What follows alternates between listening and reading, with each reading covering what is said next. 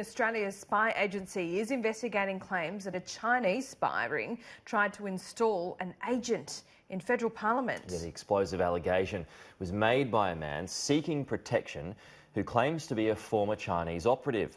Live now to political reporter Trudy McIntosh. She joins us in Canberra now. Trudy, what have authorities said? Well, Pete, authorities are remaining pretty tight-lipped about these series of explosive allegations that we saw revealed last night on 60 Minutes. The main headline takeout of that was this alleged plot to install a candidate in the seat of Chisholm at the last election. Car dealer Bo Zhao was allegedly approached and offered $1 million to run for that seat. He disclosed that approach to ASIO, and then in March this year he was found dead in mysterious circumstances in a Melbourne hotel room. ASIO boss Mike Burgess says he remains committed to defending Australia's democracy and sovereignty, and says in a statement, quote, "Australians can be reassured that ASIO was previously aware of the matters that have been reported and has been actively investigating them." The chair of the Intelligence Committee here in Parliament, Andrew Hastie, says these are really serious allegations and they need to be fully investigated. I heard that he was a 32-year-old Melbourne resident, cultivated by the Chinese government to run as a Liberal Party candidate in the Commonwealth Parliament, and Nick Zhao is now dead. Everyone should be concerned about the way that Nick Zhao died, and I think we need a full investigation where we turn over every stone, we explore every nook and cranny. The revelation comes amid the attempted defection of a man claiming to be a Chinese spy for 5 years. Wang Licheng has been asking for protection from the Australian government, saying he's in fear of his life. I am very worried about my safety in Australia. More importantly, my family, my wife and child. They knew nothing about this. Now they know. They are extremely frightened. Are you willing to work with the Australian government? If I don't tell the truth, the Australian government will not protect me. There is no benefit for me compared with others I know.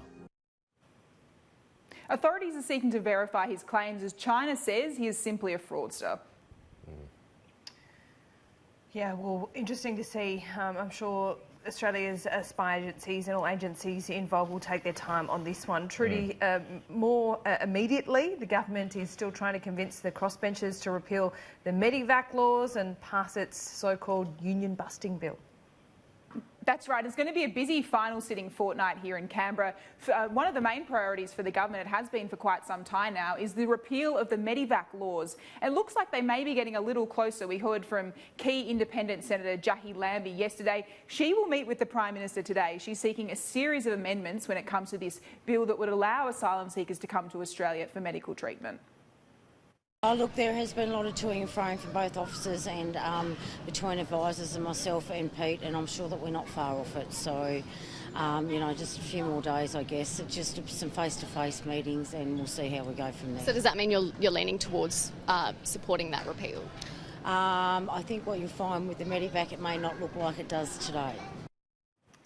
The government is also hoping to pass its controversial union-busting bill this week. They released a series of amendments on Friday to this legislation that were agreed to with the crossbench. It looked like they were going to get the support of One Nation, but yesterday when Pauline Hanson was arriving here in Canberra, she doesn't seem to be as convinced anymore. What has happened is the government's just released their amendments late Friday afternoon.